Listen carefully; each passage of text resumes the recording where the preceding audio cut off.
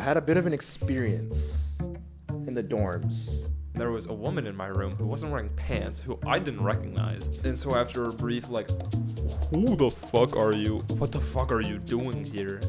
I figured out her name was Jordan and that she was cold. And that's about when I put together what had happened. The raining noise that I heard was her peeing on my floor. And that bustling noise I heard was her using what looked like my gray sweatshirt to, like, mop it up. Yeah. Ben Schroeder. Oh, we're going. Let's just go, Ben Schroeder. That's me. Good to have you here. First ever in-person pod. Let's go. Let's go. Brother. Do you remember when we met? Because I really don't, not gonna lie. Oh, yeah, I do. You do? So it was in shop my freshman year, second semester, because Anne sent out like a, hey, who wants to work on things? And I was like, I'll work on like run crew. I'll work in the shop. And then she was like, cool, come work in the shop on these days. And I walk in and you and Alex Yater were trying to move the Grand. Yeah. And so we had the Grand down, and then we started taking off the Grand, but none of us were smart enough to unload the Arbor first. And so it very swiftly became okay, let's not drop like 600 pounds in the Arbor. It was not okay, controlled release. It was, okay, if something starts moving too fast, you run. Yeah, no, okay, it's coming back to me now, because I remember the first time I saw you. You were wearing a mask, so... Mask, glasses, and a hat. Yeah, I didn't know what you looked like. I'm going to take these off because I can hear myself. I didn't know what you looked like, but you kind of, like, I thought you looked like the other Ben, kind of. And I remember my first thought of you was like, oh my God, it's like a Ben twin. But no, y'all are really different. Yeah. And no, but yeah, that first day, oh my God. That was the most stressful part of my life. I don't have a memory of you being there that day, but I do remember unloading that shit without the proper technique, and we almost killed everyone in that theater that day. And then in stagecraft, like a couple weeks later, Anne was going over rigging, and I was so expecting her to just name drop me in the middle of it. No, like the thing is, if you haven't already figured out, I met Ben here at UWSP my sophomore year. You came in second semester. Yeah. Of that year. That was during COVID, which was a weird time to start school, I would say. How did you take that? Well, I sat in my dorm like the first 2 weeks playing Deep Rock Galactic with some friends from high school, and I had enough time that I watched all of the Marvel movies in order. My God. Yeah, and I made it about halfway through the Star Wars movies before my friend Sophie was like, "Hey, you want to go curling?" Yep. Shout out Sophie. I think Sophie's a big reason why we became a little closer, because we went curling. Yeah, we went curling together. That was a first for me. Curling, if you don't know what curling is, it's that goofy little sport on the ice where you like throw the rock and it slides. It's a lot of fun, actually. Yeah, I was actually quite good. I remember like I don't know if I won that day, but like I was like kind of decent. And then Sophie would keep hitting up. She's like, "You want to like go back?" And I wanted to go back. Join the team. Yeah, even like join the team. I wanted to go back and do it again, and I want to. If hopefully I can do that before we leave here, but you want to start the timer? Out. Oh shit! I was supposed to start a timer, huh? We've been going for what, like 10 minutes? Yeah, something like that. Start, bitch. Oh, okay. Never mind. Maybe we don't want to start a timer. You know what? Let's just. Oh no, there's one right there. 4 minutes. Perfect. Swag. But yeah, college, bro. That was your first year in the middle of COVID. I am guessing you didn't make much friends because there was really no in-person classes at that time, huh? Yeah, well, I didn't make friends from classes unless you count Sophie, who, so I lived on 4th floor of Neil, and Sophie lived on 3rd floor, and so what happened was I was taking the elevator down one day, and then Sophie got in the elevator, and I accidentally stalked Sophie to our class. And it was really funny because neither of us recognized each other until we sat down, and we literally sat next to each other. So you walked all the way there. Yeah. I've had a couple of those experiences where like, especially when it's like a girl and you're going to the same place and you feel kind of creepy. Horrifying. Yeah. Oh, and we'll get more on that topic and like the gym culture stuff, but yeah. Eyes on the floor. Bro, eyes on the floor is made out of Don't floor. even get me started.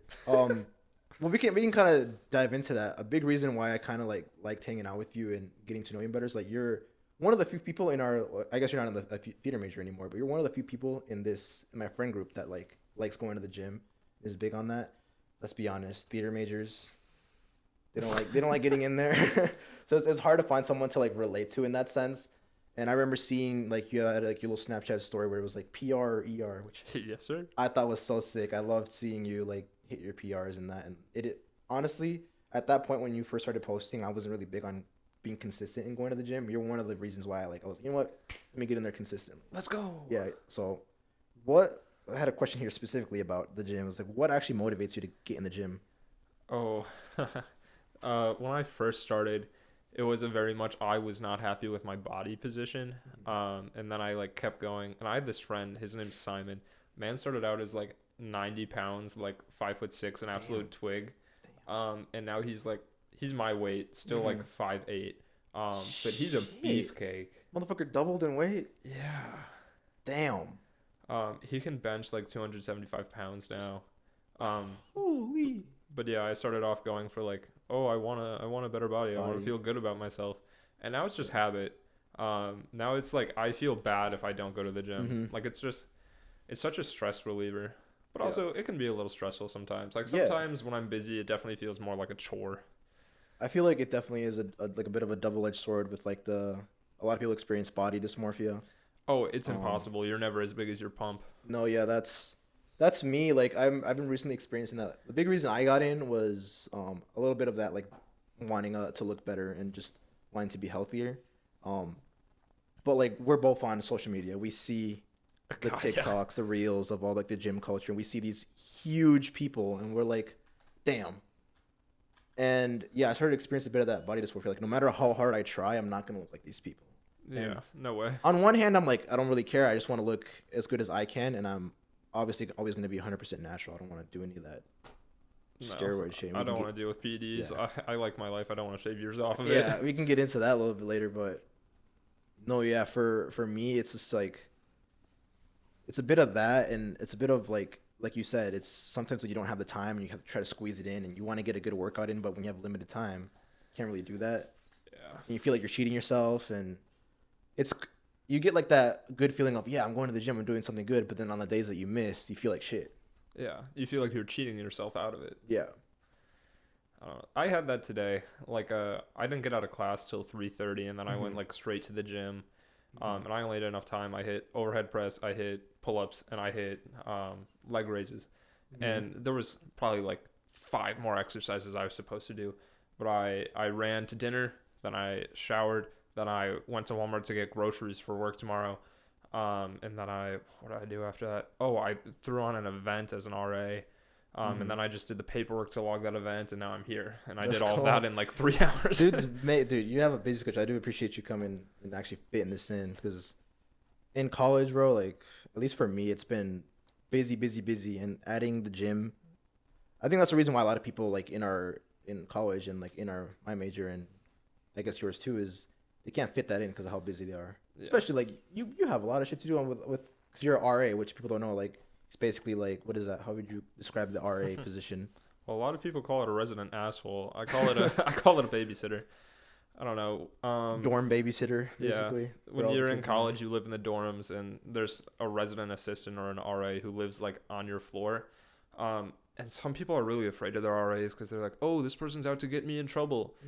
No, I'm out to make my way through college. I don't really care what you do as long as you're not a danger to yourself or others. And that's kind of the thought that a lot of other RAs have. That and like, please don't scream at 2 a.m. We're not scary. I don't know. We're just there in case something stupid happens. Which you've experienced something stupid. We'll get into that I've story. experienced a couple stupid things. Yeah, let's finish the gym stuff out. Do you have any advice on like people around our age that have never really gone to the gym, but like they kind of been feeling like they want to go? I would definitely say don't dive into the deep end right away. The gym is not something that is sink or swim. You will burn yourself out right away. I don't know. Do something manageable, like 4 days a week for 30 minutes. Yeah. Like I'm in there 6 days a week for like an hour and a half, and I'm burning out of that even after like 2 years of going to the gym. So you could, I don't know, do what you want. I'm not a big cardio person. I'm trying to get into it now, but I hit the big movements. I hit like bench. I hit squat. And then like the other stuff that I enjoy, and then I don't know, I'm out of there. You have to know what your goals are, because some people, they want to gain weight, get stronger. Some people want to lose weight. Some people just want to do it for like athletic reasons. For me, it started off as like I want to gain weight because this time last year I weighed 139 pounds. Damn. Which, at least for me, I felt really unhealthy, really weak. Like, all I did was play the fucking games, which I haven't played a video game in about like 2 months. I'm so sorry for your loss. Bro, I don't even want to. Like, I don't feel like I want to. Like, really? I stopped playing games because I just simply didn't enjoy them anymore, and I wanted to do more productive stuff with my life. That's fair.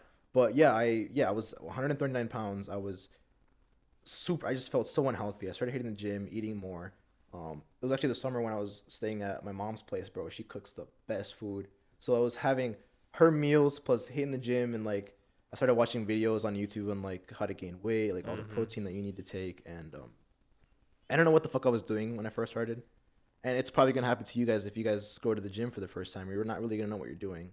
And don't worry about it. You just get in there, test some of the machines out on your first couple of days. Just get used to like being in that environment, because I know it's a big thing for like people get anxious the first time. I don't know if you experienced that. Like, when was the first time you actually got in the gym?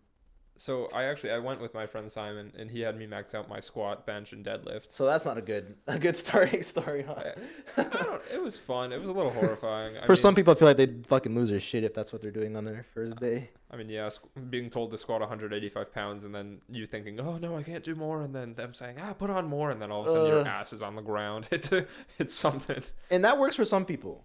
It really depends on what your goals are and what kind of person you are. Like, some people, like, you can push them in the deep end, they'll be just fine. But if you're anxious around the gym, like going there, like just go do a couple of things. Don't spend too much time there, but build it up slowly. Build up a routine. If your goal is to lose weight, you obviously want to go more cardio heavy. If you just want to get stronger, just focus on the weights. But there's plenty of content on YouTube to look for. There's good content and there's bad content. And how do you do you watch a lot of like YouTube content for like gym? Plenty. Do you know, like, how do you know what's good and what's not? Usually the good stuff will like cite a source or say, I have done this myself. That's a little pushing it. But like Jeff Nippert is a lot of science based. Will Tennyson has his videos of like, this is what I used to look like. And he was probably, I think he said he was like 112 kilos, which is like 260 pounds. And he's like 5'11", so literally my height. Yeah. Sheesh. Yeah, and now he's down to my weight, but he's absolutely jacked.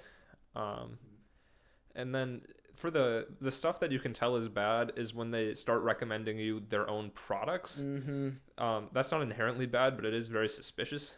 And then the people who give you like a laundry list of everything you have to do, but the gym is simple.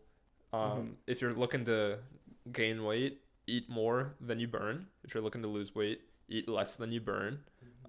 That is not to say go eating a shit ton or don't eat anything. It's control how much you exercise for what your goal is. So if you're trying to gain weight, build muscle. If you're trying to lose weight, do cardio. Exactly. But actually I saw something kind of interesting where cardio is like a short-term ROI where it'll burn a lot of calories fast. But strength training is long-term ROI because when you get more muscles, you'll inherently burn more calories just by like existing. When I sleep, I probably burn more calories than my friend Cade, who's like 120 pounds.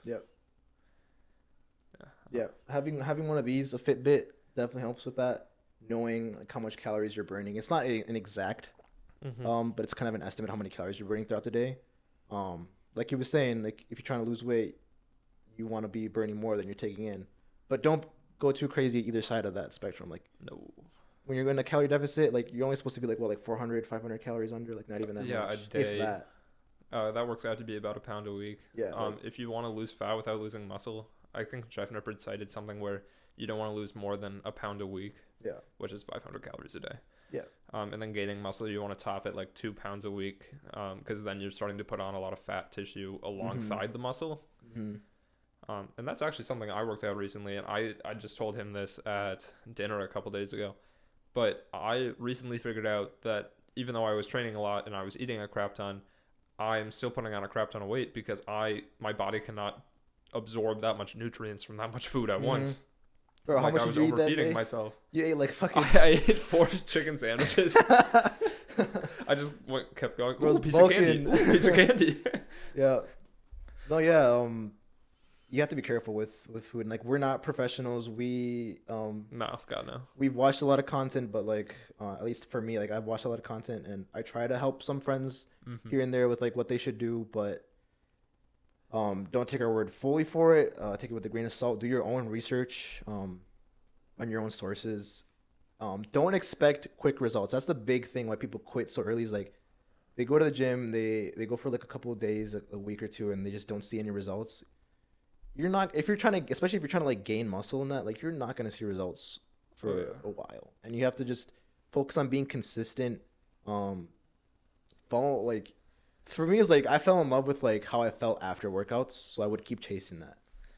And not a lot of people, like, at least I used to take a friend to the gym. I'm not gonna reveal names, but they stopped going with me because they said they felt like shit every time they worked out.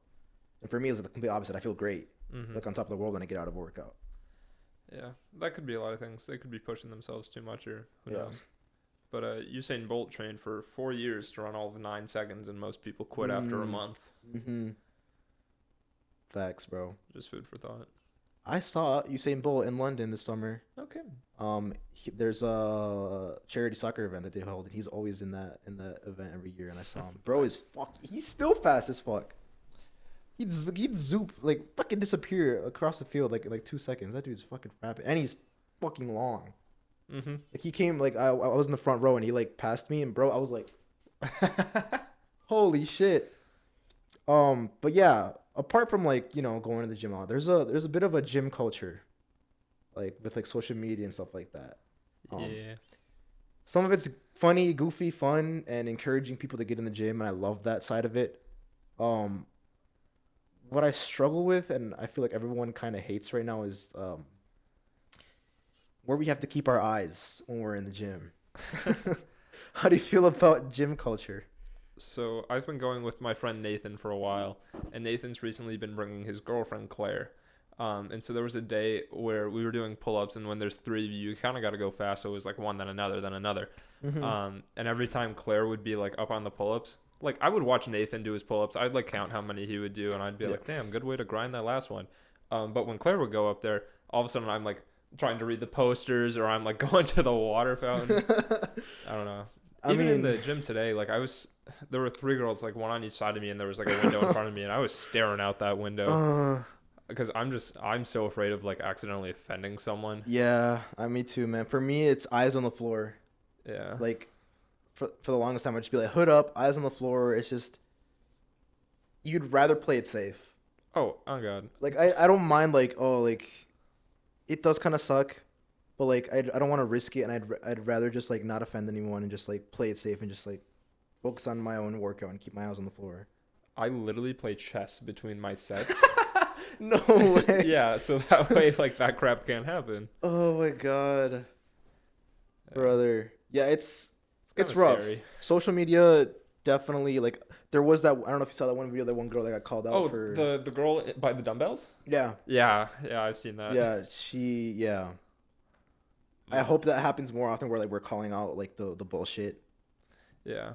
I don't know. There's definitely been times where I see a guy who's squatting like 405. I'm gonna stare at him. I'm gonna watch that. I'll stare That's at a impressive. dude, no problem. I dude, when I see a dude like squatting my PR like 10 times, I'm like, God, and he's like my size or smaller. Like there was a dude that was like visibly skinnier than me and shorter, and he squatted, my PR for squat is, what's 2 plates, 225? 225. He squatted that for like 10 reps. Easy. Like he was like hinging up, like super fast. I'm like, bro, he's like 5'6", like maybe like 140. And he's squatting that. So like, I'll look at a dude and I'll even sometimes go up to some dudes and be like, bro, like nice, like you're looking big, like, and I'll compliment dudes, but like don't risk it with the girl, honestly, because you don't want to be on TikTok and getting shit on.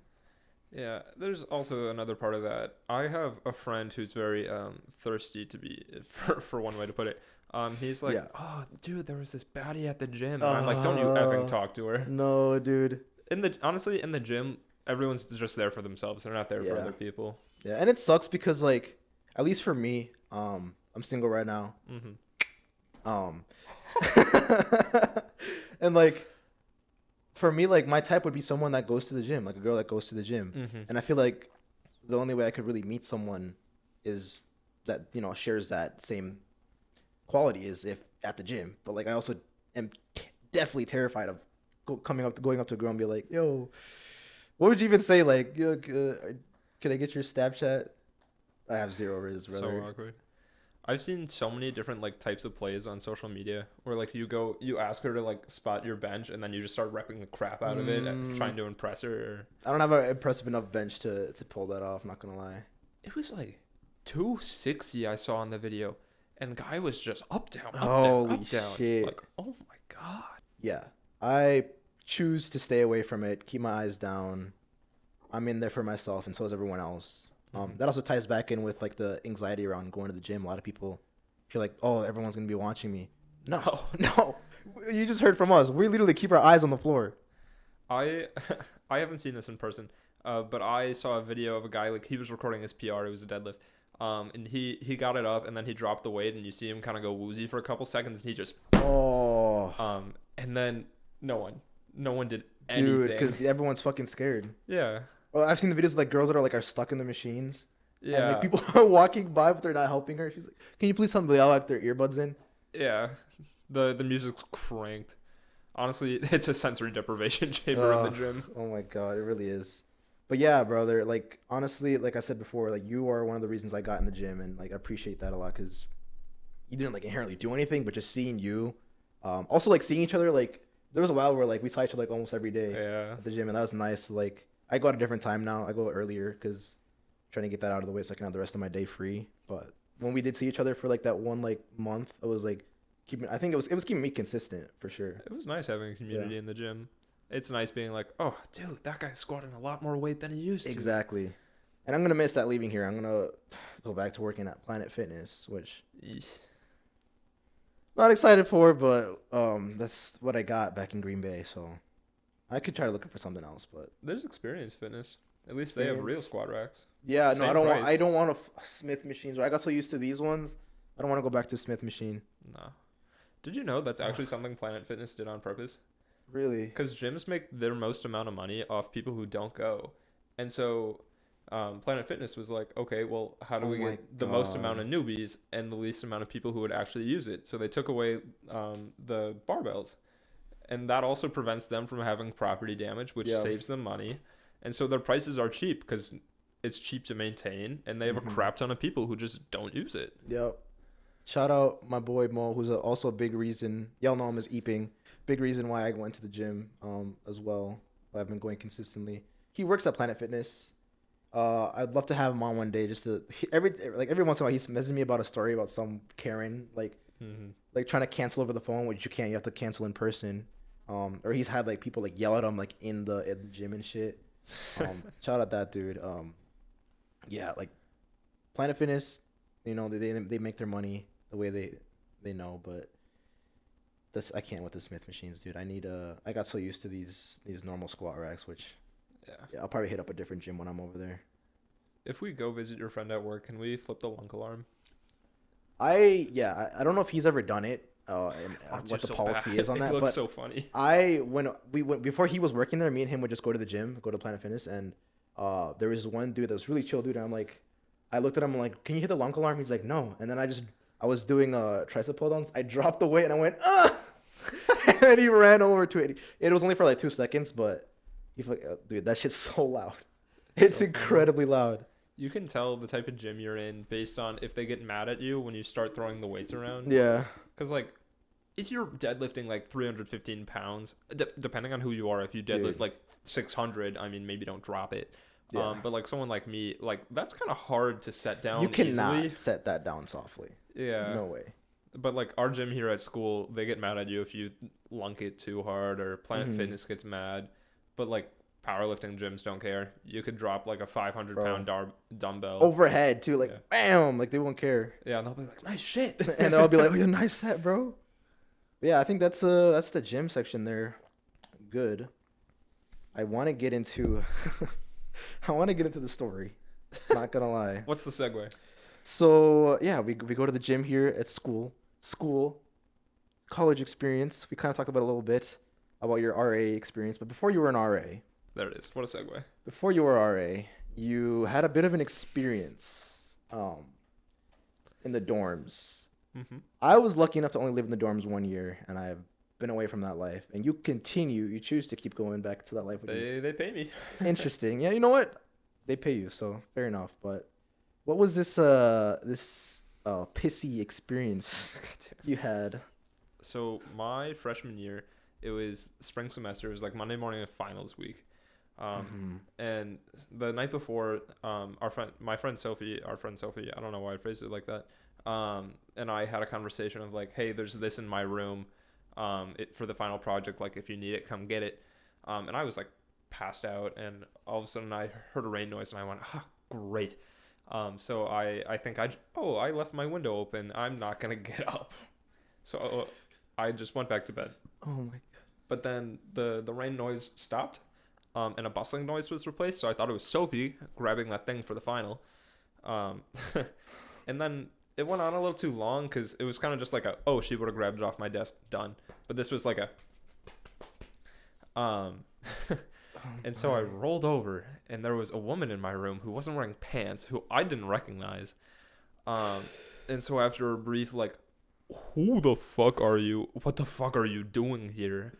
I figured out her name was Jordan and that she was cold. And so I threw her my comforter because I'm a gentleman like that. I clothe half-naked women who are cold in my room, apparently. And then I watched her run my comforter between her legs. Mm-hmm. Yeah, and that's about when I put together what had happened. The raining noise that I heard was her peeing on my floor. And that bustling noise I heard was her using what looked like my gray sweatshirt to like mop it up. Oh my god. Yeah. And so then she like passed out onto my bed. I shot up like a springboard. And I went downstairs to the third floor where all my friends were, and I was like knocking on their doors, but I wasn't knocking too hard. It was 5 a.m. Yeah. And one of the friends that I had, Gage, I knocked on his door, nothing. He was also an RA. Mm-hmm. And so I go into the kitchen, and I have a nice like 30 seconds like of what do I do?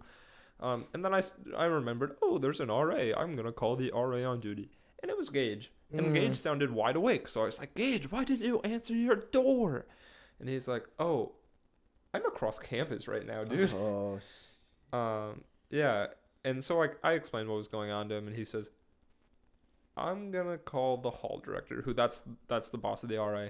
Mm-hmm. And then Gage called me back, and he says, okay, I'm on my way. I'll be there with campus security. You can meet us in the elevator. And so I meet them in the elevator, and I swear to God, this is a fever dream, because I saw the policeman, Gage's girlfriend, who was holding a pair of rollerblades, and then my friend Gage on rollerblades. And we went up. His girlfriend got out. We like went up to my room. He didn't get off the rollerblades. He just glided. All this what, like at 5 a.m.? Yeah. So we get her out of my room into the room next to me, which was the guy she was hooking up with, where we supposed to be. And then I went downstairs because my room smelled like piss, and I tried to sleep in Gage's room because he had a spare bed. Yeah, fun fact, after that, I couldn't sleep too well. And so it was 8:30. I had a final at 9, and I'm back in my room, and I hear a knock at the door, and I say, come in, and I was about to warn them what had happened, like, don't step in the piss. And then I hear her voice again go, I have some questions. And then I'm like, oh, cool. You have questions. Yeah, and so I open the door, and she says, did I stumble in here last night? And I'm like, mm-hmm. And so she explains, like, she's on antidepressants, and when you drink with antidepressants, antidepressant, they don't mix well, and so she kind of blacked out. And then she asked if she had left her phone in my room, and so I tossed the sheets. I look around, I couldn't find it. She was like, okay, thank you, sorry. She didn't remember that she pissed on my floor. I saved her the humiliation of it.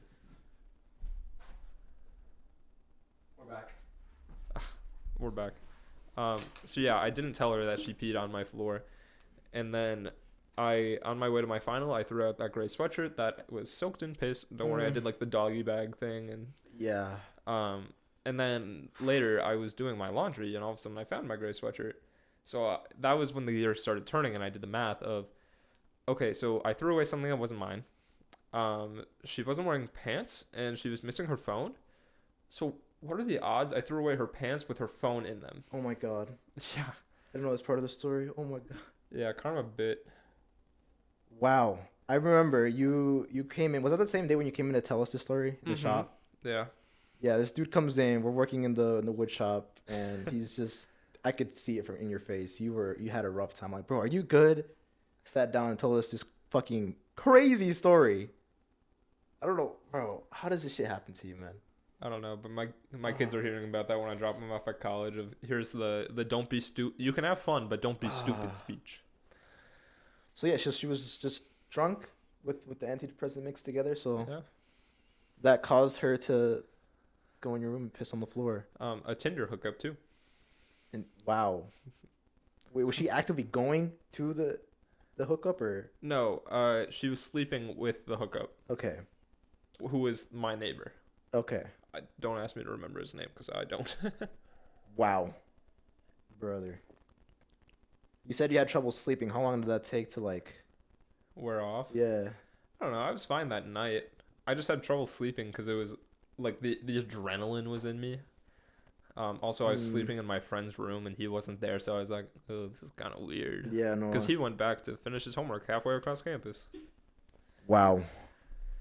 Yeah, a big reason I actually wanted you on the podcast was to tell that story. What, fucking 2 years ago? Remember, I hit you up like 2 years ago. I was like, bro, you should come on the podcast and tell the story. It's a golden story. We're here now telling it. Wow. I can't say anything like that's happened to me. Like here. Nothing even similar that's happened to me like that. No. And I'm glad. Because fuck that. Yeah. On the topic of piss stories, I don't think I told you this one. You have another piss story? Yeah. It wasn't on me this time. I was the RA dealing with it. There was a resident on first floor who was like, "Hey, it kind of looks like someone's peeing out their window above me." Out their window. Yeah, and so I was the RA on second floor, and so I go and knock on that room, and they're like, first of all, it's impossible. I knocked on the door. It was two girls. I was like, this isn't happening. And so I go up one more floor, and the guy's roommate, or there were two guys in that room. Yeah. Only one of them was there, and the guy who answered the door was like, "Yeah, that's my roommate. I can make him stop." And I'm like, "Yeah, you should make him stop." And in my mind, I'm just like, "There's a screen on that window. How does that work? How does your room not smell like piss?"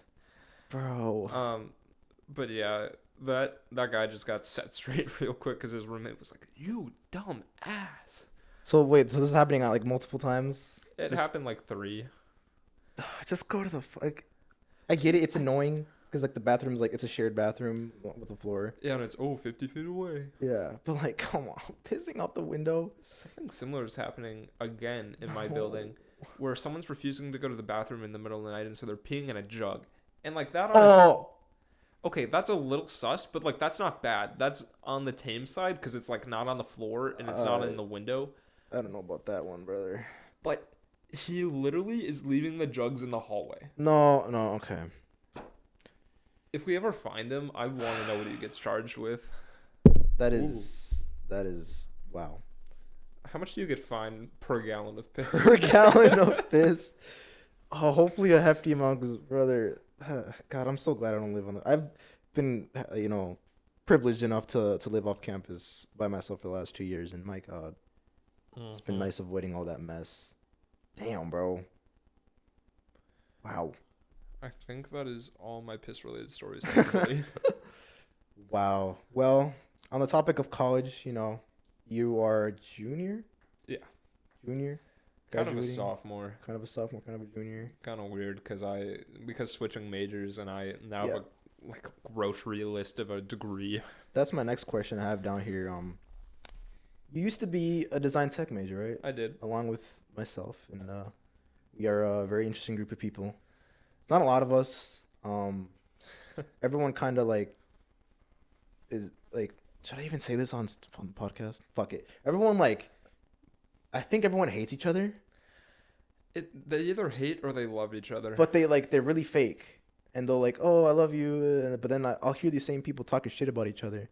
So I'm glad you left, because it is kind of toxic sometimes. I'm very much out of it, bro. I don't hang out with anyone really. I just stay home. Yeah. I'm glad I'm out of that thing, but like it just glad you're out of it. So what actually made you change majors, and what are you majoring in now? So what got me to change my major is we had a professor for a class, and it was like week 10 of the semester. Nothing was graded. You can probably put together what professor this was. And so I was asking her like, "Hey, what's my grade?" And she goes, "Oh, don't worry, you're turning everything in. You're putting in effort. You have an A." And I'm like, "Okay, cool. I'll take your word for that. I have no reason not to." And then end of the semester rolls around. It's finals week. And I had a situation that I was dealing with till like 3 in the morning as an RA. So I emailed the professor and I was like, "Hey, I might not be there at 8 a.m., but it's a 3 hour long class." So I showed up at 10. And I asked her kind of a similar question, like, "Hey, I noticed you still don't have anything graded," and she's like, "Don't worry." And then it was Thursday of finals week, so I'm done. I'm clocked out. All my finals are behind me. And she emailed me being like, "Hey, you're missing this one assignment." Because I'm not gonna lie, I was a little tipsy while I was doing it, and so I guess I forgot to turn it in. But I didn't see that email till Friday at like 8 p.m. Oh. Yeah. A finals week. Yeah. And so I like shot it back to her and I was like, "Hey, so sorry." And then she said, "Well, grades were due at 5 p.m. So I can't include this in the grade book." And I was like, "Oh, okay." I mean, we had like 17 assignments. I guess missing one isn't the end of the world. Then all of a sudden it dropped my grade like 20%. Brother. Yeah, so that was just kind of yeah, hypocritical. And then that professor was also really bad at like maintaining deadlines for herself, but was really strict with enforcing deadlines for other people. And it was that kind of hypocrisy that I couldn't stand anymore. And it really felt like I wasn't learning anything in that department. No. Like I had a lot of opportunities to practice, but I wanted to do more with 4 years than just practice. Yeah, it's at least from my experience, it's been very similar. Like, it's not a lot of consistency in the teaching and the grading and just how everyone's treated. Yeah. But the reason I stuck through, like, it's no like I don't hide that I don't really enjoy the major that I'm in. I've talked to a lot of people about it. But I didn't make that realization till like my junior year. Yeah. And at that point, you're too far in, and it's just like, I just gotta push through this last year to graduate. Like I don't honestly, like, I love theater and that, but I don't even know if this is what I want to do when I graduate. Like I have a job for the summer, but I don't even know if this is what I want to do. And I commend you for like being able to make that decision and change majors, because I don't think I ever would have. Yeah. What was I? I was only a first semester sophomore at the time. But what's kind of sucky about it is I switched over to science ed now, because I'm a big science person, and I kind of like that miracle moment where you show a kid something cool and they're like, "Wow, you're amazing." Yeah. Maybe I just have an ego. Who knows? No. So I'm a science ed major with a chemistry and astronomy minor, or minors, and then a certificate in French and a certificate in physics. And I might be adding a certificate in math education. But because I switched so late, and I'm kind of getting a little ambitious with the number of degrees, I might have to add like a full year. Yeah. But because I came late, it's a little weird. So it'll end up being 9 semesters, which isn't bad. Just one extra. Yeah, just one extra. And I'd be graduating in the spring with everyone, so that way I could find a contract and stuff. Yep. Who knows, though? Because I literally, what was it, Tuesday? I was looking at switching over to an engineering major. Because I could get out of here in 2 years, taking like not even full credit, so I could like go work part time or maybe even full time somewhere, so I could afford to then go to UWM for the 2 years after to get the engineering degree. And I would do a lot of things for a real cushy $60,000 a year job. I feel like you have like passion with like teaching. Would you say? Yeah, I don't know. It's just so cool. I have volunteered at a leadership camp for like 5 years now. And so I really enjoy working with kids and being able to shape like the future of America. Did you have like good teachers growing up? Oh, I had so many good teachers, even though I thought they were like crap at the time. Yeah, I didn't realize like all the hand holding they would do, how much they would try to hold like me accountable for like my grades and stuff. And honestly, there were so many times I look back and I'm like, if I just did that work, it would be worth it now. Yeah. Like when we were given like independent reading time in like elementary and middle school, like why did I not just read the book? Now I'm like borderline illiterate because it takes me like 3 minutes to read one page. Dude, that is so real, man. That's me. Like I have only started reading books like 2 months ago. Like Yep. before 2 months ago, I'm reading a book right now. Shout out Matthew Walker, Why We Sleep. Really good book. About sleeping and all that. And I've been working on fixing my sleep schedule, which I actually have a video I'm working on, which I'm fixing my sleep schedule in that video. I'm like documenting it, and it's been interesting. I'm still not fully there yet, but I have like a good like schedule for sleeping now at least. My problem is I just don't fall asleep when I'm supposed to, which is I'll be laying in bed and I just can't. But like I'm in bed when I'm supposed to be. But the reason I bring that up is because when I was a kid, I hated reading. I didn't really do any like work outside of what was required of me. Oh yeah. And I regret that because, like you're saying, like I'm very illiterate, and as a 21-year-old man, it's kind of a problem. Yeah, you should be able to like speak well and like convey your ideas well. And I still struggle with that. This podcast, when I started it, was really helping with it, but then I haven't been consistent with it. This is the first episode in a year, I think. I don't remember the last time I made an episode. So obviously I want to get back into doing this so I can become a better speaker, but I also just want to read books and like learn. I feel like I missed out on that. So I feel like you being a teacher and instilling that into the youth, which we're going to get into. A good segue is we're kind of worried about like this next generation. I feel like you'd be a really good teacher. I'd try. I don't know. I'm a fairly empathetic person. I think I get along with most people well. I don't know if any of you play D&D, but my friend made like a real life like alignment chart. And he put me right at 0-0, like smack dab in the middle of it because I'm so neutral. Was that lawful neutral? No, just neutral. Forget the whole. I got put in chaotic good. Yeah, there's lawful, neutral, chaotic, and then lawful, neutral, evil, and then there's chaotic, neutral, orderly, something along those lines. Yeah. Damn. Yeah, I remember freshman year we made a thing for everyone in the department. Yeah, they put me chaotic good. I don't know if I'm still like that. I have my chaotic moments for sure when I like climb random things, but when you jump over balconies. When I'm jumping over things, yeah. Chaotic good, yeah. We'll take that. I'll still take that today. But yeah. We're a little worried on this generation coming up, huh? Yeah, so the camp that I volunteer for, it's you maybe get like 3 kids from a school, maybe 5. So it's like 100 kids that don't know each other. They all show up one Friday morning. And watching them try to interact, it's horrifying. Like if we didn't prompt them, I think they would just like sit there on the grass and do nothing because like they don't have their phones.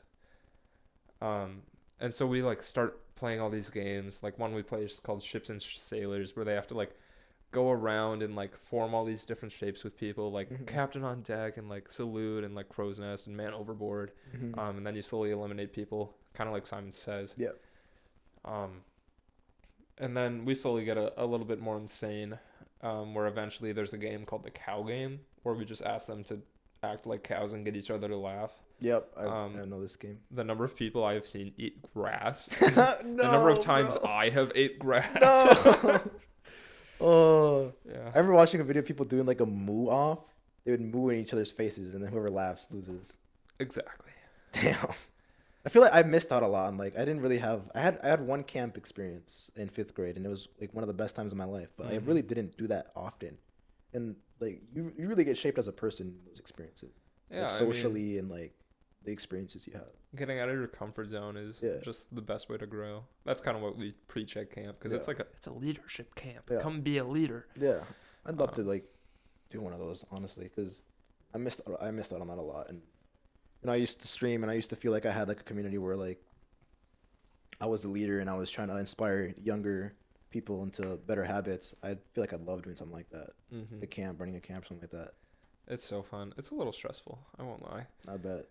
I definitely heard a couple more curse words in conversations that have happened behind closed doors. Oh my god! I had a weekend for that camp actually 2 weeks ago, and it's a great experience. So many truly wonderful people trying to work to better the world, and I'm hoping I can put some of that into my classroom. Just getting back like social skills, making people feel comfortable with like what they can do, admitting that asking for help is not a bad thing. Yes, huge. That's huge. What else do we teach? Oh, challenge by choice. Like, obviously, something makes you panic. Don't do it. I'm not a heights person. Yeah. High ropes course kind of makes me shut down, but I'll belay you any day. Mm-hmm. Other things like sailing is kind of a challenge zone for me. Like, you get some good 20-mile-an-hour winds. Most people, I throw them in a boat in 20-mile-an-hour winds, they're going to be pissing their pants. Bro, Me, I kind of like it. Kind of gives me an adrenaline high. I would, not gonna lie. Yeah, that kind of like just all ties into like, because we were having a conversation at dinner. Was that yesterday? Yeah. And we're just like, I'm kind of worried about the future generation. Also, just because for me personally, socializing is very difficult. And it's my own fault. Because for the last like 3 years that I've been in college, I've isolated myself. I haven't really been out talking to people. You haven't had it easy either. You had COVID right in the middle. We did have COVID, but even before that, I wasn't the most. And it was kind of difficult. Like, I was in a relationship for like my first 3 years of college, and I was like very comfortable in that. Like, I didn't feel like I needed to go out and make more friends because I would spend all my free time with her. Mm-hmm. And I feel like that is a little bit of the reason why I didn't get out and like socialize. So like this last year, getting out and making friends and actually like, I went to a bar for the first time. I've gone to a bar twice. I don't drink. I still don't. I would just get like a water, like a kitty cocktail and that. But just like, it's kind of nice just like going out and just like having a conversation with friends. Like when it was for your birthday, the first time. Heck yeah, it was. That was Sugar Bar. Little like tiny bar. We went. It was like on a weekday, so it wasn't like packed or anything. It was a Thursday, yeah. Yeah, and it was nice. Oh, just it was like a Wednesday. Oh my god. Yeah, no, it was like bang in the middle of the week. So it was just us. It was nice just having conversations. Mm-hmm. And I feel like I missed out on that the last couple of years, just like talking to my friends and getting to know my friends more. Dude, it is so hard to get people to have conversations now. Brother, dude, I wish it was. That's why I'm worried about like us as a generation is like we're not really talking to each other. We all have really short attention spans. Like even me, I'm still working on it. Like people just lose. They need like it's the TikTok. It really is that you get. Like it's you're like just the watching 10 second serotonin. Yeah, 10 seconds. They took a cycle. Like, oh, not interesting. Keep going. Not interesting. So if something's not interesting to someone, they're not gonna stick around and like. No.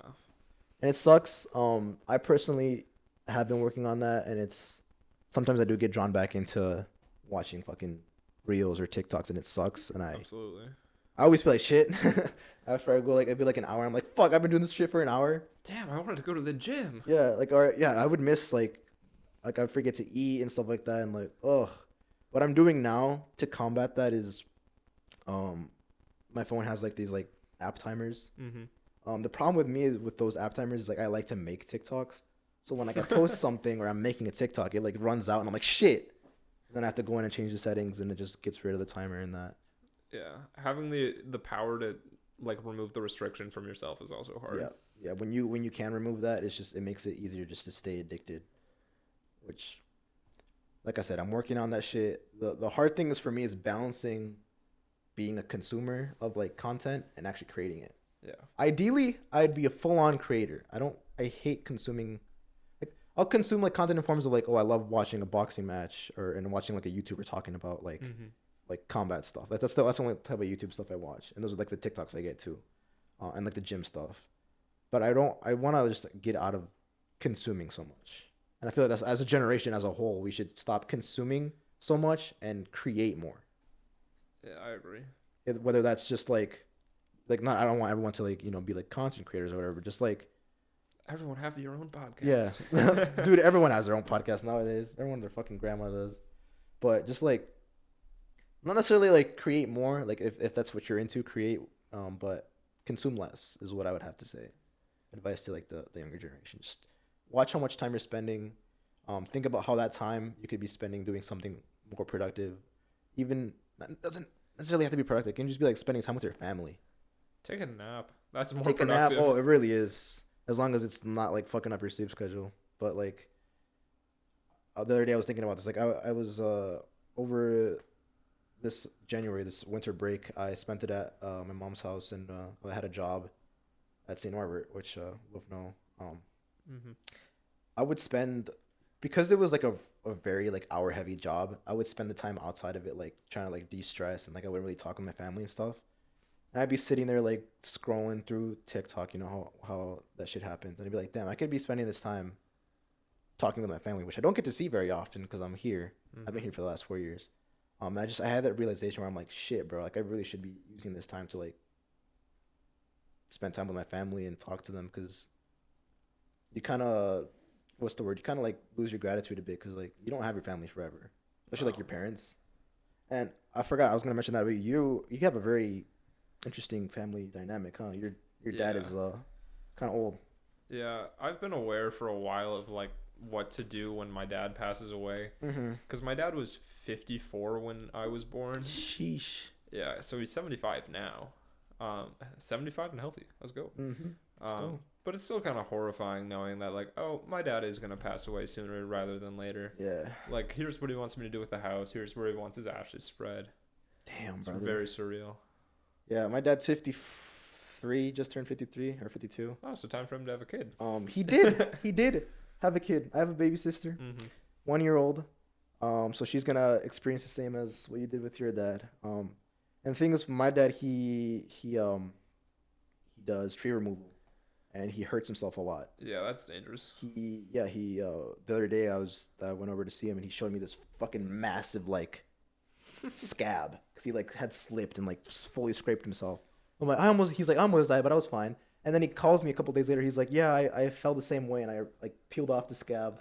I'm like, Dad, bro, like, and he has life insurance, and he has me as like the beneficiary. So like he's talked to me like, oh yeah, when you get the money, like if I die in an accident or something, like, just make sure you pay for the funeral and give the money to like to your siblings. And it's just like, I shouldn't have this, like, he's only 50, and I know, just like you, like I know what to do when he passes away, which, especially with having like the baby sister, like she just turned 1, like he should, ideally I'd want my dad to like take care of himself and stay in her life.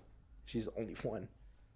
My roommate last year, his dad passed away within the first like week he was at school. It was brutal. Oh my God. But all of a sudden he was left with a puppy, and he was like, what do I do with that dog? Like, I couldn't imagine being left with a baby sister. Dude.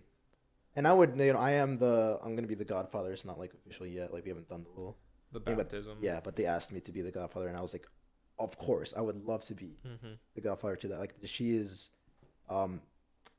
she's I don't know if, have you met her yet? I bring her to see some shows sometimes. You did? Yeah. Bro, I love her so much. And that's a good thing about moving back home this summer, is I'm going to get to spend a lot more time with her. And if things were to happen, yeah, of course, I would take care of that child, like if it was my own. Which, I'm at that age where like it could be my own. And I like to prank people, like when I go see shows, I'm like, yeah, so like I had a kid last year, and like I don't really tell people, and my parents have been taking care of it. I've gotten a lot of people so good with that. Dude, I might piss myself if you would use that on me. It could have worked. I don't know because she actually came. The first time I brought her here was Cabaret, the show last year. She was that's where I met her. A tiny baby, bro, and now she can walk around. She's about to start talking. She's making weird noises. She's at that age. She's like making weird noises, and like she's very. My dad calls me all the time. He tells me how she's like very like, I don't know the word in English, but it's the word for like being bad. Like naughty. She's very naughty. She like opens drawers and like opens the fridge all the time and like pulls shit out, and they'll leave her alone for like 2 minutes, and there'll be like shit all over the floor, and like, yeah. So like having her is showing me like, yes, of course I want to be a dad in the future. I can't wait for that, but I can wait for it because there's a lot of like rough edges about having a kid. That makes sense. Like you have to change the diapers, they cry all the fucking time, they make a mess. But I know that I want to be a dad because I don't know, something just tells me, I don't know what it is, like you're destined to be a father, and to like going back to like talking about like how we're scared of the future generation. Like I want to make sure, like I know that my kid is gonna be like one of the good ones. He's gonna have like fucking heart of a champion. Is gonna be like, hopefully not. I'm not gonna give them a phone or a tablet until they're like in their late teens. I want them to just be like, no iPad kids here. Yeah, fuck iPad. Oh, bro, I can get on. There's a different story. I'll talk about a different podcast because it has to do with my cousin, but which I'm gonna have him on next. For breakfast. Yeah, no. Yeah, we have some people in the family that are iPad kids. And it's terrible. I'll let you on a secret. I was an iPad. You were an iPad kid? Oh. But it's because my mom was a night nurse, so I would just be home alone a bunch. So what else would I do besides like watch Family Guy and American Dad? Dude, that was your childhood, huh? Yeah, but I would never like do it on a bus or like in a restaurant. So that is how I got into video games, though. Good segue into your childhood. Mm-hmm. How would you say like your childhood was different to like the normal average childhood? So I grew up with a dad who would play catch with me, but he couldn't run with me. Because he had his hips replaced right before I was born. Wow. Yeah, he's gotten into the habit of telling this really nasty joke, where at 53 he got his hips replaced, and at 54 he proved they were still working. Yeah. Oh, brother. Yeah. He sprung that one on me in public. That was traumatizing. Oh, dude. Bad jokes. Yeah, so I started in like rural Wisconsin, like no neighbors. Nearest neighbor, I probably would be hit by a truck before I got there. And so we then moved from there to Sturgeon Bay, Wisconsin. And that was fine. My dad tried to sell the farm, it didn't sell, and then my mom and dad split. They were never like married, but he moved back to the farm, and then I was like 30 minutes each way. They would usually get me like, oh, this person has you after school these days, that person after school those days, and I was like, that's fine. Yeah. But then the house, we sold the house. I lived in a motel for a year with my mom. Wow. Yeah, it wasn't that bad. The motel people would like rent it out to college students. But yeah, sharing a room with your mom is only cool when you're like 8 and don't know it's bad. Yeah. And then I moved to Green Bay with my mom, so it was an hour and a half each way, and it got to be a little draining. It was hard to have friends when you were gone every weekend. Where'd I go from there? That kind of continued until high school, and then all of a sudden in high school I was like, oh, theater's cool. I have friends now, but they're in Green Bay, and so I kind of like didn't give my dad attention for like 4 years, and I felt really bad when I had the revelation of, oh, I haven't seen you since last Christmas. Damn. Yeah, that was a big guilt moment for me. And now I've come wise to it. I have a little bit better of a balance. Like I spend the summers with him, and I spend like winter breaks with my mom, and I have an older sister, actually 9 years older, and she has kind of been in and out, and I don't know. I have a unique family dynamic, shall we say. What's your relationship like with your sister? It's kind of non-existent. Just because she is so much older. Like, she moved out of the house today. She turned 18, so I was 8 when that happened.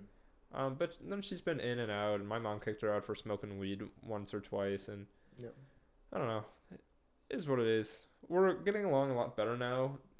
Now that, like, when you're an adult, like, the age range kind of becomes a lot smaller. Yeah. Like, we're 9 years apart, but we're both, like, talking about, like, adulty things, like property values and renovations. Yeah. And, like, cooking and stuff. That's a big one. Yeah. But no, it's nice. We're definitely a lot closer than we were when I was in high school. I wish we were closer sometimes, but, you know, we're getting there. Yeah, I definitely can relate a lot with that. You know, parents also split up. I lived with my mom in an apartment for a while. And like you, I didn't know that it was like anything wrong with it. I was just like, oh, just living with my mom. Same with like my siblings are older than me, and I've noticed that like now that like they're only like my sister's like 5 years older, my brother's 4. We couldn't really relate much when we were younger, but like now we're just adults. We're all in our 20s, and it's just like we're very similar in that age, and we talk about like the same things. We go through a lot of the same problems, like adult stuff, and we've gotten a lot closer because of that. Which is, you know, for me, like being close with my family is like one of the most important things, because I've had like I used to get like these nightmares where like I'd wake up and like all my family would be just gone. I don't know. It was a while back where I'd just get these repeat nightmares of like, oh, you're alone now. Kind of scared me into like, fuck, I gotta like, you know, spend time with my family while they're still here. Oh, absolutely. You know, yeah. I just lost the last of my grandparents. I hadn't seen them for years before that happened. Dude, and that's I have my one grandpa left. He's in his 90s. I saw him. I went back to Green Bay like 2 weeks ago. I saw him for the first time in a few months, and he's doing good. Like, he's healthy. Like, I want to make sure I see him as much as I can, because he doesn't have a lot of time left here. Especially grandparents, like the amount of knowledge they can give you, and just knowing about like your family history.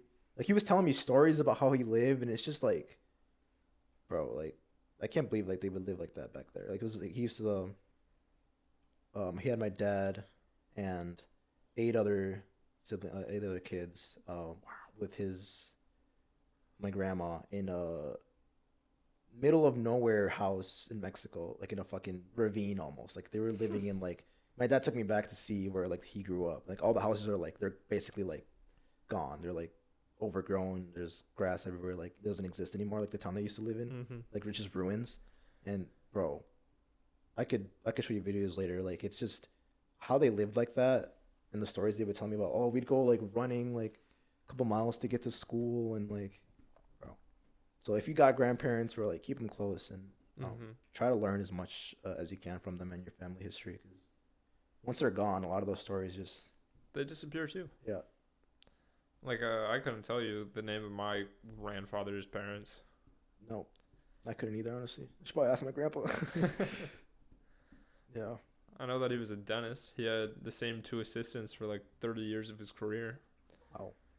Yeah, I know that back during the Korean War, that's how he paid for college. He was a dentist, but he was on leave one day, and all of a sudden the guy he went on leave with came back 3 days later with a grand piano. So they smuggled it onto this like U.S. boat. Fucker. And we're back. Yeah, and he taught me how to play cribbage. That's cribbage. Is that the little hammer? No, it's not. No, it's the one with the little pins that you like go around. You try to get to 120 points. Then I was talking shit someone was talking about cribbage. What game has a hammer? It's like a little hammer, like little ball. You hit the ball with a little hammer, and it goes through like the little metal things. Oh, no. I was croquet. Croquet. Oh, there it is. I was talking to someone, and they were talking about cribbage, and I was like, "Oh, the game with the thing," and they said, "Yeah." So it's not that. No. Fuck. Is that the one with like the little like triangle things? No. Fuck, bro. Cribbage is a card game. Cribbage is a card game? Yeah. Bro, they were capping so hard. Cribbage, bro. So they also didn't know what game they were playing. Bruh. I still don't. Okay. Interesting. You have like you're dealt 6 cards. You got to put like 2 in the middle, and then you do the thing where you count to 31. No, I've never played cribbage. Bet. Damn, let's play cribbage one time. time. Time to whip out a deck. Damn, bro. Well, the big topic. I don't have a good segue for this, but we'll just kind of get into it. If you've been listening to this podcast in the past, you know that we like to cover the main topic is always about men's mental health. I feel like it's getting a little better now, but there's always been a stigma around like men talking about their mental health and how we should open up more, and it's definitely gotten better. With like movements like Movember and all that, there's a lot of really cool organizations that are like pushing for it. I'm gonna ask you a very not easy question, but like a simple question, but I'm expecting a bit of a deep answer from you. Are you happy? Yes and no. I don't know. I'm happy in a lot of ways. Other ways, I'm still like trying to figure things out. Like college is stressing me out. Like graduating a year later than my peers, that's stressing me out. Paying for college, that's stressing me out. Trying to find the work-life balance, that's kind of stressing me out. But I think I'm getting to a point where I have a good group of friends around me. I'm still trying to make it bigger because, like your situation, I have my girlfriend, and all of a sudden, oh, there goes my social battery. I'm running out of friends. Like I could count the friends that I talk to on a daily basis on one hand, and one of them's my girlfriend. So bro, shout out Brand, bro. You guys know her as Curly Turtle, legend of the channel. Dude. Does she still have her emote? Yes, never. Well, I don't even stream, but it's there. If you ever go on Twitch, for when you come back. If I ever do. But what? So you say that all those things are stressing you out. What makes you happy? Oh, what makes me happy? I'm finally getting closer again with my dad. I have the gym. As much as that can feel like a chore some days, that is something I'm proud of. I'm doing quite well academically. For someone our age, I also think I'm doing pretty well financially, even though I'm stressing over trying to pay college. I'm about to get my own apartment. I'm so excited for that, man. Fuck yeah, get the fuck out of those dorms, dude. Okay, not my own. I have 3 roommates, but it's fine. Better than dorms. Yeah, it's better than 75. Yeah. What else do I have going on good in my life? I don't know. I have a car that's paid off. I can go places. I have free will. Mhm. I don't really have a lot of responsibilities. Um, I don't know. My summer job is I'm just Jimmy Buffett. I just get to go float away on a boat.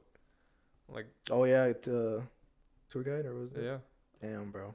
A lot of things in my life that feel like chores, I have to remember I get to do these things. Mhm. Like, oh, I have to go to work today. No, I get to go sit on a sailboat and get paid for it. Dude.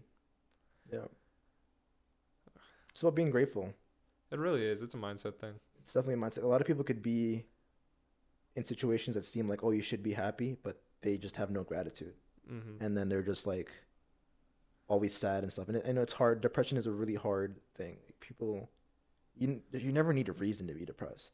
Like, you just, some people just exist with it, and it sucks. But a big thing is just that gratitude is waking up and being like, oh, I have to go to school today. No, I get to go to school today. That was me this morning. I really did. I got up and I felt like shit. I didn't want to go to class, but I was like, bro, I get to go to school for free. I get a full ride here. I get to get a free education. There's people that would be like begging, and they would do so much just to get in my shoes to be able to get a free education. Mm-hmm. And if you look at it that way, like, it's hard for some people to like look at it like that, be positive, be optimistic, and I understand that. I've always just been like an optimistic, positive person. But just try that one day. Just sit down, like, write down what you have gratitude for, and you'll see, like, you start to see, like, damn, you actually like have it pretty good. Yeah, like a lot of people complain about the cafeteria food here, and I'm sat here thinking, oh, thank God someone else is cooking for me. Dude. And, bro, don't even get started with the food here. Like, all you can eat when I'm bulking, bro. Oh, I don't care if it's bad. It's like, I can have as much as I want. And 7 out of 10 times, it's pretty decent. Yeah. Yeah, dude, the food is actually not bad. And there's desserts. There's like, bro, we're living large. We're living large. It puts things in perspective too. That if you make over $32,000 in the U.S., you're in the top 1% of the world. Yep. That's true. That's crazy to me. Because I took that semester off of college and I made about $32,000 in 1 year, and I'm like, oh, so $32,000 having a roof over my head and like food in my stomach, even though it's pretty minimal. Like I'm not living lavish. This is the 1%. Like, what's the rest of the world like? Mm-hmm. And I feel like at least I struggle with this so much. Like I strive for success, right? And I want to, I watch a lot of like content creators, and I want to be like them. I want to emulate what they've done and have this career where, not necessarily like famous or anything, but like I have influence, and I see how they live. They have these massive houses. They have these awesome opportunities where they get to, do all these things and meet all the people that they grew up idolizing. And I would love to be able to do that, but then I don't know. I feel like I just gotta appreciate more of what I have now. Like, if that comes, like, that comes, and that's just part of how my life's gonna play out. But it's good to like ground yourself every once in a while and be like, you know what, I'm happy where I am now, and I'll keep working towards what I want. Such a thing for me. Like, when I was younger, I always remember thinking, oh, when I'm in high school and I can drive, or when I'm in college and I have all this freedom. And well, now here I am with all this freedom, and I'm about to go home and do my laundry. Like, no, it's appreciating where you are. Yeah, for sure. Do you think working out has played a big role in like your mental health? Absolutely. During RA training, which is like, it was a week and a half, 2 weeks, where you're with these people 8 hours a day, sitting through these most boring lectures on, okay, this is the Clary Act. You're not allowed to let people in the building because back in the 1980s, someone named Joan Clary was murdered because someone left a door open. Damn. And it was stuff like that, and like biohazard spills, and like what to do then. Especially because I'm a second year, so I've gone through it before. I was losing my mind. And like then my staff would like, I don't know what they would do. They would say something stupid or like, rabbit hole down like the wrong path. And I'd get mad, and I'm not someone who like gets mad easily or likes showing that I'm mad. So I would just go on a run. 30 minutes later of like sweating it out, gone. I'm fine. Give me a nice cold shower. I might as well even be happy. Yeah. That's huge. It's a lot of people like feeling lost, and then they go to the gym, and all of a sudden they're like happy. They have a purpose. I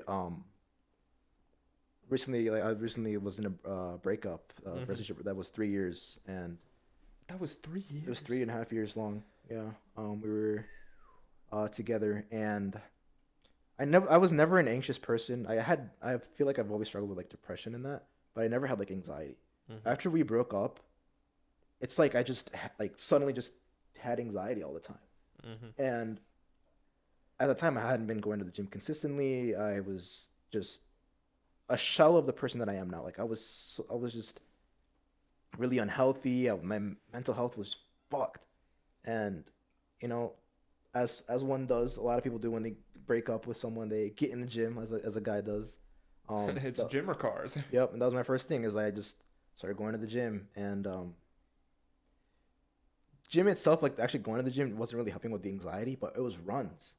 I would be struggling to sleep at night, thinking of everything, and then I just get this awful anxiety, which, my God, I don't feel it anymore. Like it left my body. Like I think it's been like a couple months since I've ever felt anxiety, which is amazing. Therapy also helped, which I'll get into that. Yeah, like I would feel this awful anxiety where it's like you feel like the blood in your veins, like the pressure's like increasing, and it feels like you're about to fucking like burst. Like that's how shitty I felt. And I feel like in my chest, like deep in my chest, like I'm like about to have a heart attack. Borderline panic attacks is what I would experience like almost every night. Yeah, I'm relatively anxious, and I've never experienced that. No, it was like, dude, and I never experienced anxiety before. Like that was the first time I would really experience it. I started going on runs, bro. I would just run until I couldn't anymore. One day I ran 8 miles. I couldn't sleep. I ran 8 miles in a straight line. I was like, dude. And then I ran four there and 4 back, right? So I did a whole loop. And I got back and I was like, dude, I just ran 8 fucking miles. I got runner's high on the way back. Like I felt like shit like most of the run, but on the last mile I got runner's high. Adrenaline crazy. I felt amazing, and it's like the anxiety just like left. It would come back, but like I would just keep doing that. I keep going on runs. Eventually, like it did help. Exercising, running did help, but I knew I had to get therapy. Oh yeah. I knew that I should not just like, people just don't like develop anxiety just like that, like, and can get rid of it. I knew I needed help, and I started seeing the therapist here in the school, which thank God I am blessed that I was free. Like it's part of the school, which not a lot of people can say that they can just get help like that. That can be $200-300 an hour. Expensive as hell. And if you have those resources, like even if you don't think you have like a lot of shit going on, like talking to a therapist, man, like it changed my life. It's like going to a doctor. You don't need something wrong to go there. No. You just should get checked. Yep. I don't know. I say that and I still haven't been to a therapist. Dude. And it's difficult. Like what got me to like finally make that decision was just like, it was one of those nights, and I'm just like, dude, like I don't feel like a run's gonna fix this. It was still so bad where I was like, I feel like a run's not gonna fix this. I was like, I'm gonna put this in my calendar now. I'm gonna call in the morning to go get an appointment. And luckily, like usually there's like a wait list and shit. Like, luckily they got me in pretty quick. And I did it for like 3-4 months. My last appointment, I sat down. Very nice lady, older lady. And she was just like, we sat down in my last appointment, and she's like, so what do you want to talk about today? And I was just like, nothing. Like, I think I'm good. I think I genuinely reached a point in my life now where I'm like, okay. And maybe I'll go back to therapy in the future if something comes up, but like, I'm genuinely happy with what I am and who I've become and who I'm trying to become. And that's hard. It's very difficult to reach that point. To be it's the whole thing about like loving yourself. A lot of people struggle with that a lot, and understandably so. Like I have friends that they always, and it sucks to hear this from them, but they're always like, oh, I fucking hate myself. Yeah, they say that a lot. It's just like, it's okay if you feel like that, but you should always try to like work on that. Yeah, I don't know. This is not any kind of professional advice, but if I find that I'm upset with myself, I got to look at what I'm doing. It's like, okay, what food am I putting in my body? What does my sleep look like? Am I exercising? Like, is that why I feel guilty? Am I working myself too hard? Even though I need the money, like, am I working myself 12, 14 hours a day? Is it worth it? Because you're only young for so long. Yep. You're only on this earth for so long. That's something I'm working on. Yep. I'm a bit of a workaholic personality, and I know at times that's compromising. Yep. Nope, that was me as well. At some point, it was back when I was a DoorDasher. Mm-hmm. Brother, I would put in so many hours, and that also went in hand with like not going out and socializing because I'd be out fucking door dashing. Oh, and that's always while people are socializing too. That's always like the night shifts. Yep, I would work nights, and man, like that's the biggest regret like of my college career. It's just like not fucking. I didn't grow as a person like socially. Like, I still really don't know how to socialize. Making new friends is hard. It's hard, and at this point, like I don't really want to because if I make new friends now, I'm leaving in 3 weeks. If you were on this earth for 3 more weeks, would you try to make friends? That's a good point. Mm-hmm. Is it better to have it and then miss it, or to just not have it at all? Bro, that just gave me chills. Oh my god. You know what? That goes in hand. There is I'll just say it on the podcast. I don't care. There was this girl I really wanted to ask out. Keep in mind, I've been like it's been like a while since I've been in a relationship. So like, and I was like, fuck, I want to ask this girl out, but like, I'm leaving in a few weeks. Mm-hmm. So what if I just do it? See what happens. Fuck it. What's the worst that could happen? You know what? Fuck it. This dude just made me make the move. Not gonna lie. Nice. We'll see what happens. There is that prom, huh? There's that players prom thing that I didn't know. They're doing a prom for like the theater yeah. department. I got an idea. Hey, maybe we'll make it a video. Why not? Content. Get rejected on the title. Rejected in public. Getting rejected in public. Promposal gone wrong. Dude. Oh my god. 18 plus. Dude, I would have the craziest promposal. I'd like climb something and like have like a big ass sign saying prom. You would like drop it from the ceiling. I'd drop myself. I'd be like hanging from like a harness, like an invisible harness. I'd be like, oh, I'm falling. For you. There you go. Oh, brother. Oh shit. Well, brother, it's a good we had a good conversation, bro. Appreciate you coming on. Got one last question for you. I like to end off all of the podcasts with the same question. How do you want to be remembered?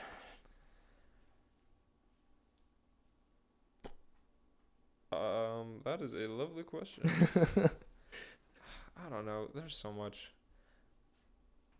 I hope I get remembered as just a genuine human being. Mm-hmm. Like someone who is there for other people, but someone who is well accomplished. Yep.